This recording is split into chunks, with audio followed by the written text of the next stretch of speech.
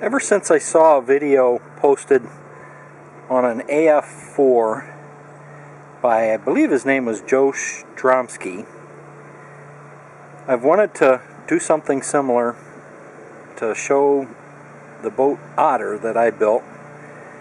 This boat is inspired by a Jim Michalak design called Sal's Ear, which, in my opinion, as designed, is pretty much like a Sal's Ear. It's not the prettiest boat. It does have a lot of great characteristics, though. It has a walk-in bow, which is very convenient for beaching the boat and just stepping on or off, or after you've launched it, pulling it up to the ramp and having people step aboard. It's very convenient. It has a 6.5-foot cabin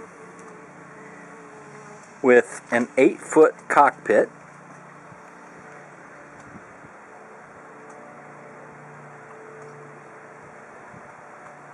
And it's powered by a 1956 Evinrude 30 horsepower big twin engine, which is a pretty neat little engine. Well, not little, but it's got a lot of power. It has electric starting. And we also have, just in case, trolling motor. It's a 50-pound thrust, which will push this boat as long as there's not a lot of wind. We've got the battery, cable steering, and the splash well. Evinrude fuel tank, which I converted this motor to a single line fuel tank with a fuel pump using a Briggs & Stratton fuel filter. We have a little bench in the back with some cushions just lawn cushions that fit fairly well. I intend to sew some ties to the back of them so that they don't fly out while I'm trailering the boat. For now, I pretty much just pull them in the truck while I'm trailering it and put it when I'm on the water. There's no problem once I'm on the water with them blowing out. The most interesting feature about this boat that I designed myself, I think, is the pop-top windshield. I'll show you that. We'll climb aboard and I'll show you how that works. I designed it so that it can be dropped down for trailering and putting in the garage, because with it up it won't fit into the garage. With it down it does. And I designed this cowling feature right here, from here to here, to keep the wind from coming back while it's on the trailer and blowing the windshield off. Ask me how I know I needed that.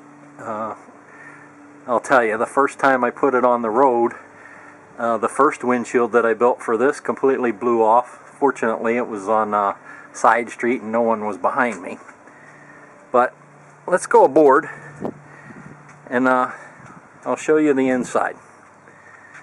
Oh, while we're on the way, I could point out this is an old teeny trailer that just happened to have this flange for the winch, which I cut and folded over and put a little step on, and it works very well for boarding the boat when it's on the trailer. The most frequent question I get about Otter is, how do I keep the water out of the front of the boat? And I guess I understand. People aren't used to seeing boats without a pointy bow. But in reality, all this boat is a John boat. It's a flat bottom with a straight run aft from about midships back, and a little bit of rocker up front, allowing it to plane. And the water line is right about here, so it's well below the front. Occasionally, in a big wave, it will plow a little bit, but if it's on plane, the water line is a good foot below the front of the boat. But even when it's not on plane, it doesn't reach the top here. or the bottom. Even if I do take a wave over the bow, this is a wet anchor well that's designed to take on water. There's another bulkhead aft of here that's higher, and any water that does splash into the splash well, or not the splash well, but the anchor well, will drain out these little scupper holes that I have right here and over here. It's designed, you know, this is an anchor well, it's designed to be wet. People are climbing on board and off with wet feet. It's actually quite functional in that regard. It keeps a lot of the muck and wet and dirt and mud out of the boat and out of the cockpit and out of the cabin. So it's really very functional.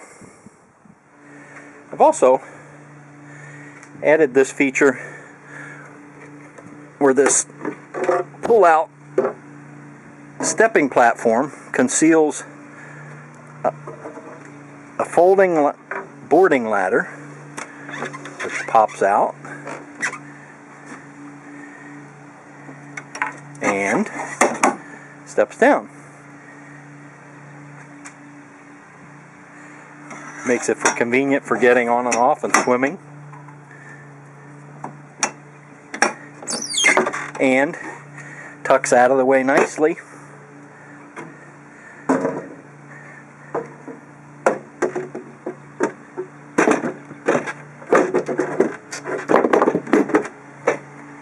Just like so.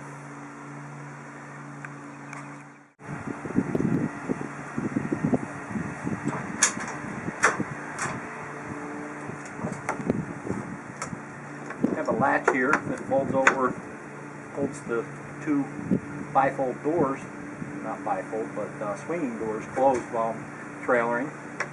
It opens. And both of these have little stops built in, just like a swinging door, where they'll stay open in either direction. We're standing on the boarding platform and looking down into the anchor well of the boat at the bow. On this side I've got bumpers stored. Over here I have a anchor and chain and rode stowed.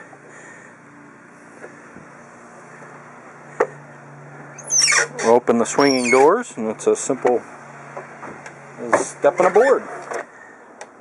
Forward we have a hatch, a sliding hatch that's very convenient. Allows easy entry and exit from the bow. It also, that in conjunction with the sliding doors in the front while underway, allows a nice little ventilation. The breeze blows right through the cabin and into the cockpit and creates a nice breezeway.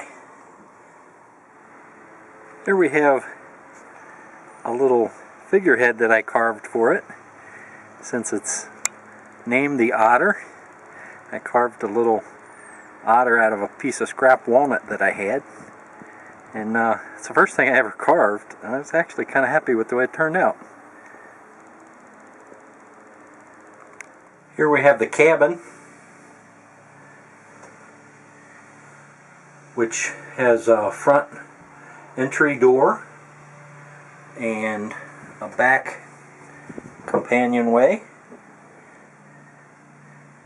both of which I've built with grooves that accept the panels for the companionway doors,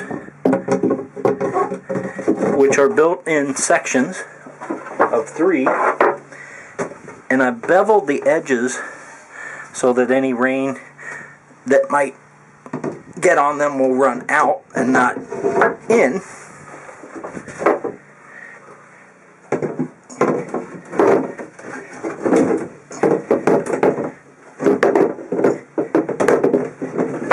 Like so.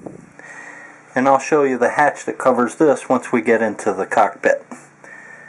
I intend to build a screen over this with some sliding doors so that I can close for ventilation, or open for ventilation, or close, and that'll help with mosquitoes and gnats when I'm on the water, because I do use this boat primarily for camping out overnight. And then there are 3 additional boards that I use for the front as well. Also, in the cabin we have a hatch, sliding hatch, which the Salzier design does not have. It's a walk-through, like most of Jim Michalak's boats, has a walk-through cabin. In this cabinet, I have the electronics and the controls for the steering. It's just the old-fashioned drum steering with cable.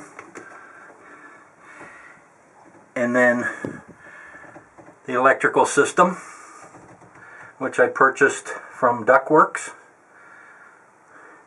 Then we have the switches for start, stop, and the choke, the horn, and the voltmeter. The cables go here and then run under the shelf that's in the cockpit to the back to a series of pulleys to steer the boat. On this side, I have cable coming from the battery forward to a power inverter that allows me to have AC appliances on board.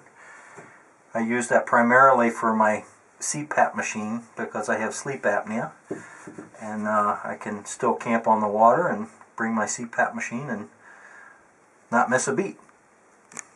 In the cockpit along the sides, I have these shelves, which are both functional and structural. Because this cabin or cockpit is so long, it's 8 feet, and there's no bulkhead that whole distance, I needed something to strengthen the sides, and these are built on the same arc as the outside of the boat, and with this 1x2 underneath and this 1x2 on the outside, kind of forms an I-beam to keep the side very stiff, and it's very strong. That, along with the gunnel, there's no flex in this boat at all. The bottom does flex a little bit, being a flat bottom boat. It's designed for friendly water. In a chop it will pound, and on plane, which this boat does plane, you'll feel a little flex in the bottom as well. But other than that, it's a monocoque construction. It's like an airplane as far as the fuselage. It's very strong and stiff. So let's show you this top feature.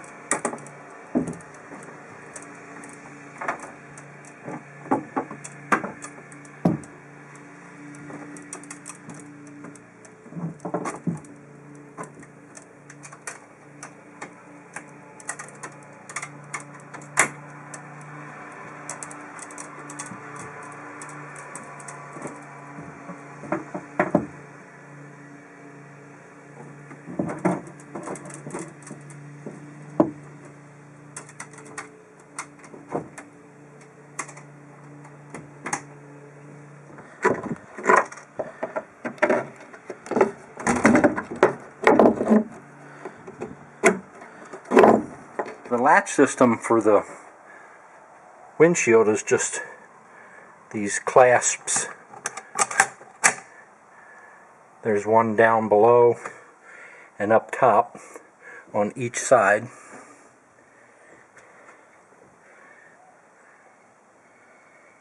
And they keep it when it's bolted down and back, it's very strong. It doesn't vibrate or anything.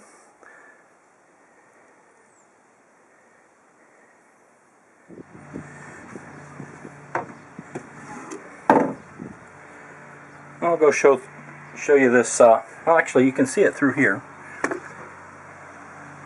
This piece is removable. It's just a cowling for traveling with it on the trailer. And that folds, lifts up, folds, and it's completely removable. I'm going to show you how easily it comes down.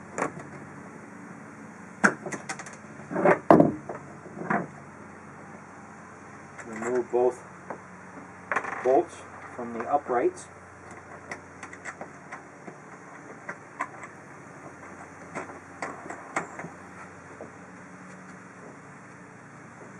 Undo the latches on the windows.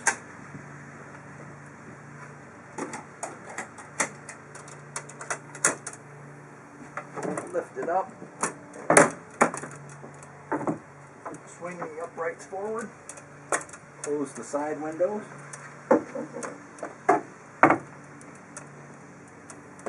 And then it drops forward. Kind of like an old Jeep. And drops down. This is the ship's bell, which was a birthday gift from my mother-in-law while I was building the boat.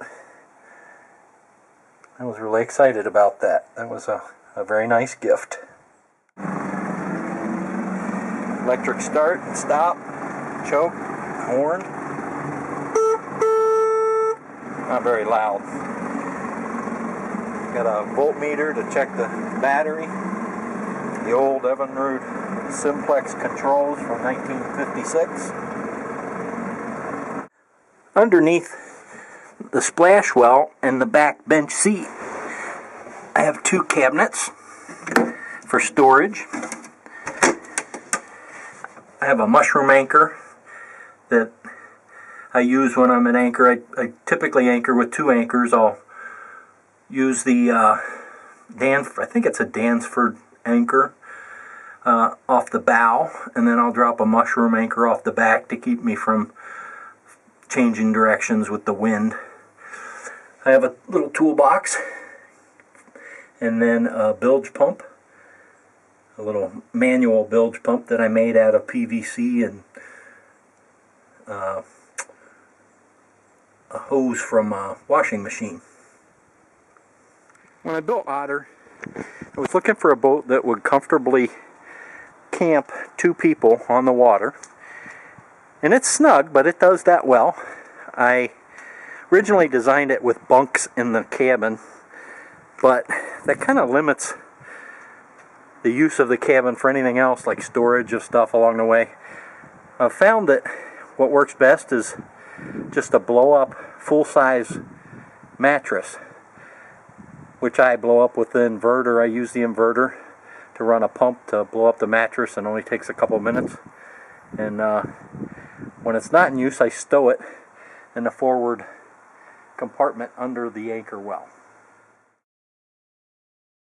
The primary differences between Otter and a stock Salzier, as Jim Michalak designed it, are right here at midships. Jim Michalak's design has another 18-inch section right here that he envisions to be used for a porta potty, which, while it would be nice, I thought that space would be better served in the cockpit, just to allow for more comfortable use of lawn chairs and allow more people to be in the cockpit.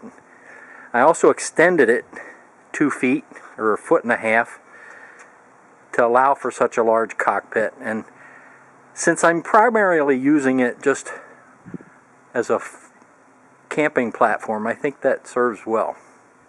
Another major difference between Otter and a regular Salzier is the shear line from midships aft. I cut it down. A stock Salzier is about, I don't know, 6 to 8 inches higher here, with really no shear line at all. And originally, I think I read that Jim said that the guy that commissioned Salzier wanted high sides because he had kids and he was worried about them going overboard. That wasn't a concern for me, and I think that cutting down that shear line gives it a shippy appearance that's a lot more aesthetic. That's just my personal opinion. Others may differ, but I like the rounded shear line and then going straight aft. Another thing with this boat, one of the few things I don't like about it is because it has such high sides and a shallow draft, it's very prone to being blown around. It has a lot of windage. So I have to pick and choose the days that I take this out. It's not a boat that you're going to want to take out on a windy day with a lot of waves and chop. It's just going to get blown around, and I've kind of learned that from experience. On calm days, it's beautiful. It floats on dew. You can go into the skinny water. It'll go in and float in 4 inches of water. Of course, you have to allow for the motor, but it definitely will go where a lot of the other boats won't, but only on calm days. On windy days, you have to quarter into the wind. It'll blow you. It's hard to keep on a straight line, and if your motor goes out, you're definitely in trouble because you're going to go wherever the wind blows you, just like a sail or a kite. That's why I went with a 30 horsepower motor. Originally I had an 18 horse, which will plane this boat, but it's only with one aboard. If I had more than one person aboard, and I'm a fairly big guy, the 18 horse just dug a hole in the water and it never would quite get on plane. This 30 horsepower, on the other hand, will plane it with several people with no problem at all. It's a little louder, uses a little more fuel, but that's the price you have to pay, I guess. Recently, I saw a posting on the Duckworks Facebook page by Jim Stromsky, and Jim, if I'm pronouncing your name wrong, please forgive me. But he posted a poor man's guide-ons using ladder extensions. These are extensions you can buy for an extension ladder that you put at the top, and it holds the top of the ladder away from the house. And what you do is you cut them in half and mount them with U-bolts that I got at Tractor Supply. And then on mine, I'm not sure how Jim did it. I think he did it with PVC. I used galvanized electrical conduit and through-bolted it in 3 spots so they're good and stiff. And then I put a 2x4 up top. And I did 2 of them because this boat blows around and it really helps with docking it. And then obviously the other side is the same. I still have yet to put carpeting on the bumpers. I have it, I just haven't put it on yet.